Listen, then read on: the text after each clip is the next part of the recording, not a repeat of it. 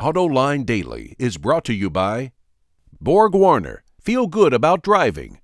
Bridgestone, your journey, our passion. Dow Automotive Systems, improving durability and increasing design flexibility with Betamate structural adhesives at dowbetamate.com. And by Hyundai, new thinking, new possibilities. Hello and welcome to Autoline Daily. We're glad that you joined us. The Detroit News reports that General Motors will announce an investment of $450 million later today in the two plants involved in production of its plug-ins, the Chevy Volt and Cadillac ELR. That jives well with reports that the Volt will get redesigned to go on a new platform, will get a 3-cylinder engine generator, and will get a longer, pure EV driving range. And boy, does it need it. Sales of the Chevy Volt are starting to slow down fast, even though the car has been on the market for really less than 4 years. Sales are down 15% so far this year. GM will reportedly add 1,400 jobs to the Hamtramck assembly plant and its battery pack assembly plant in Brownstown Township, both of which are in Michigan. Hey, are diesels soon going to outsell hybrids, plug-ins, and EVs in the American market? It sure looks like it could happen. Last month, diesels outsold hybrids once again, and they're closing the gap with the green car group as a whole.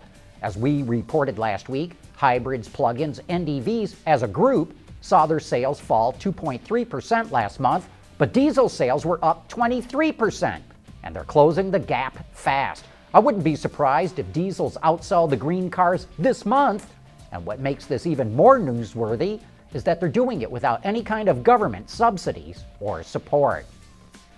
Chevy's going to offer an all-new 8-speed automatic transmission for the 2015 Corvette Stingray, similar to the one found in the Z06. The 8L90, as it's officially called, upshifts 0.08 of a second faster than the Porsche 911 equipped with a DCT, and it's 8 pounds lighter and 5% more fuel efficient than the 6-speed automatic it replaces.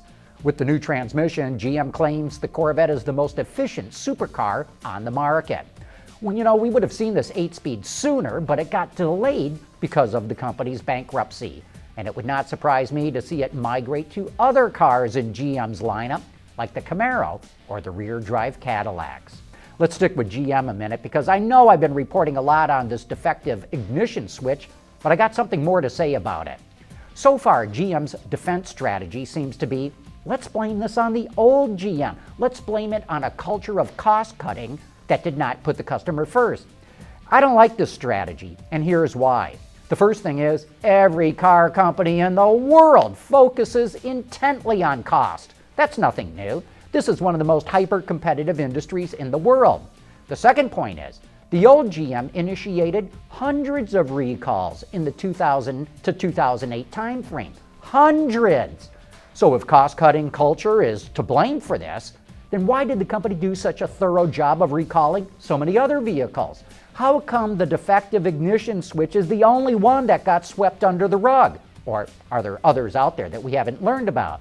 Seems to me that the problem is not so much the cost-cutting culture of the old GM, but rather a problem with individuals who wanted to protect their careers and would not authorize a recall on their watch. Anyway, that's my Autoline insight for the day, and coming up next, we're going to take a look at the all-new Chrysler 200. Proven on the track and on roads around the world, Borg Warner turbochargers improve fuel economy and reduce emissions without sacrificing performance. Borg Warner, official turbocharger supplier to the IZOD IndyCar Series. The midsize sedan segment is one of the largest and most competitive in the U.S. market. That's why Chrysler desperately needed to update its outdated midsize offering, the 200.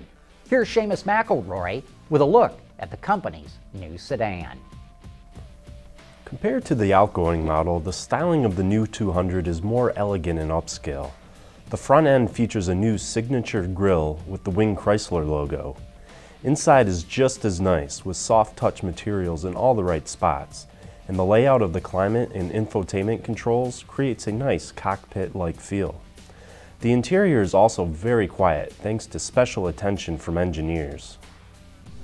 The work that we've done even underneath the carpet to absorb noise that might come up through the floor pan, the acoustic wheel liners and treatment there to keep the road noise again outside of the cabin, the fact that we do have laminated side glass and acoustic windshield available, those are more things that we've done to provide a nice quiet cabin experience for the driver.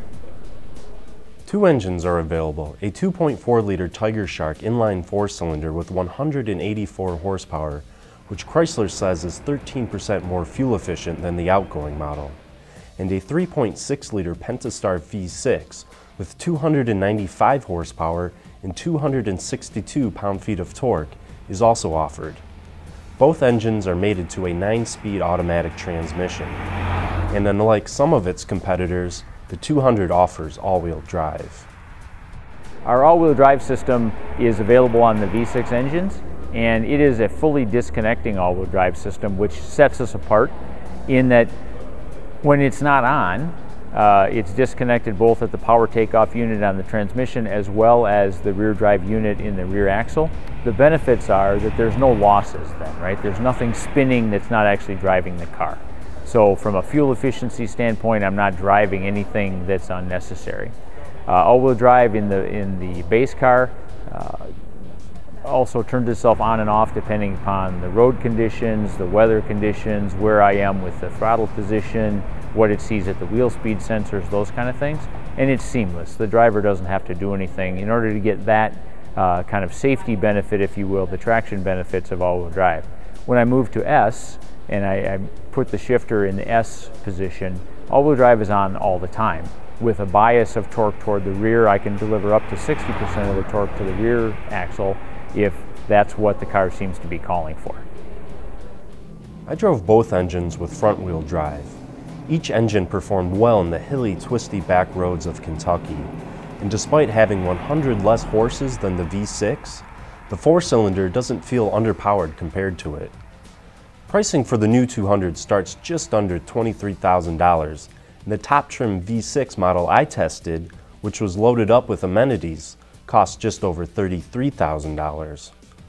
Overall, I like the new 200. It's definitely a step up from the previous model, but as I mentioned, it's in a very competitive segment, so we'll have to watch the sales numbers to see how customers respond to the changes made to the car. You know, personally, I cannot wait to drive that car myself. Anyway, that wraps up today's report. Thanks for watching, and please join us again tomorrow.